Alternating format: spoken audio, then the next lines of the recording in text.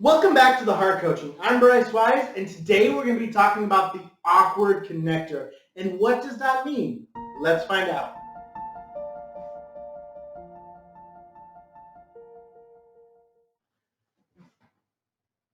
The awkward connector is the next one in the connection styles. The awkward connector is somebody who is kind of off-putting. They don't understand boundaries. They don't really get social cues. They're just off-putting. Sometimes they can be well-meaning, but they just don't get those social cues, and they don't get those, um, you know, understanding of what it means to have good, healthy connection. And they usually just try and push their way into people's lives, and like almost their mentality is like, I have to prove to you that I'm worth connection. And so they really try to prove that they're worthy of your connection. And they'll go to extreme lengths to actually like prove to you that they are worthy of connection. And this is where I actually fell a lot as a kid. And what caused that was being overlooked for a lot of things, being compared to my brother, being, all of these kind of areas in life is where I kind of fell into, and because I was overlooked and because I had to prove myself. And a lot of times the awkward connector doesn't really know they're awkward. And this is very important to know, because you may feel like an awkward connector, but really you may be one of the other connection style, because just because you feel awkward doesn't necessarily make you an awkward connector. And that is so vital to know. So like, if you feel awkward doesn't necessarily mean you're an awkward connector. Because an awkward connector will actually not realize that they are kind of being off-putting, that they're kind of in people's faces. They don't realize those kind of steps. And so it's very important to realize that, like, just because you're awkward doesn't mean you're an awkward connector. These people are oftentimes well-meaning when they're doing this. They want to be your friend. They want to push into a connection, but they just don't know how to do it in a way that is received well. And that's really what the awkward connector comes down to, is they don't really know how to go about connection in a way that is received well. Oftentimes, these stem from like being overlooked, being overtalked, being overseen, and kind of always being compared to others. Or these are like people that will have these insecurities will come from like, oh, like, if you were like so. And for my case, it was, well, if you were like your brother, you would be better. Because my brother was a good friend to everybody. My brother was very good at communicating. My brother was a star athlete. My brother was good at grades. And I wasn't good at a few of those things. The other thing about the awkward connector is the awkward connector, when they're trying to push in so much, they're really just pushing people away. Um, and this plays out in so many different ways. I like to think of the awkward connector as Urkel from Family Matters, because Urkel is one of those characters that he's always there. Whether you like it or not, he's always there. He is always he's always barging in and not knocking. He's always pushing his way into conversation, and he's always, people don't enjoy his company. And it's not that they don't like him, it's just that he pushes and pushes and pushes his way through. But as the season goes on, or later on, he learns and develops some of these tools.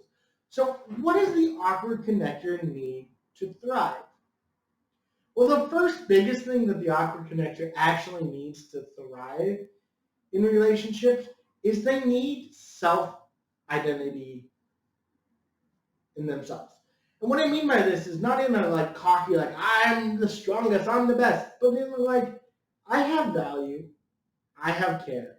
Like, I know I have something special to offer.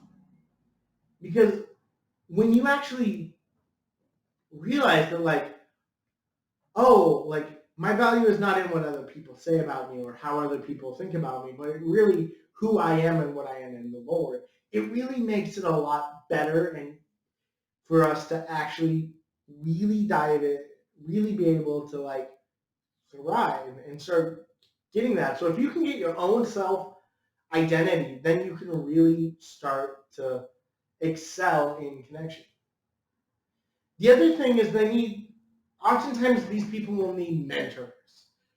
So the awkward connector will need mentors in their life, because if they have somebody to mentor them and help them through the social cues and help them understand what's going on and really help them understand why and how they are failing in connection, it really makes it a lot better and easier for them to actually start to thrive, because they start learning these things a lot quicker because they're seeing their mentor do it better. And when I was a kid, I have a perfect story. I loved to talk. I talked so much. I would talk everybody. Everybody. I go to my neighbor's house because then we needed a cup of sugar. Like, I would love talking to people. But it became a problem because I started talking too much. And this is where the mentorship came in. My dad realized that this was becoming a problem, that I was talking too much. I was talking way more than my share. And he started sitting me down and teaching me, hey, Bryce, if there's 5 people in the room, you need to talk 1/5 of the time. If there's 6 people in the room, you need to talk 1/6 of the time. And he drilled that into me because I was talking way too much. And that really opened the doors to really allow me to really start to grow and really start to connect with people, because I was actually listening to them instead of just spewing my own nonsense. The next thing being the awkward connector needs to thrive is the awkward connector needs to learn social cues.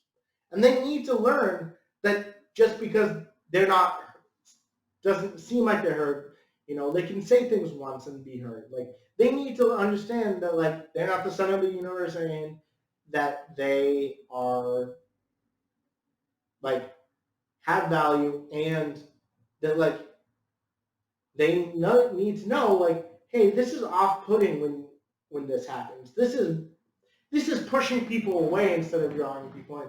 Because again, they want to be friendly, they want to be nice, but they're just kind of off-putting, if that makes sense. And so because of that, they really need to learn, more than any other category, they need to learn social cues. They need to learn that it's okay to say this, and it's okay, not okay to say that. It's okay to have this reaction, and it's not okay to have that reaction. And the more you can do that, the better off you'll be. And just like I needed to learn not how to talk as much so that I could be successful in that.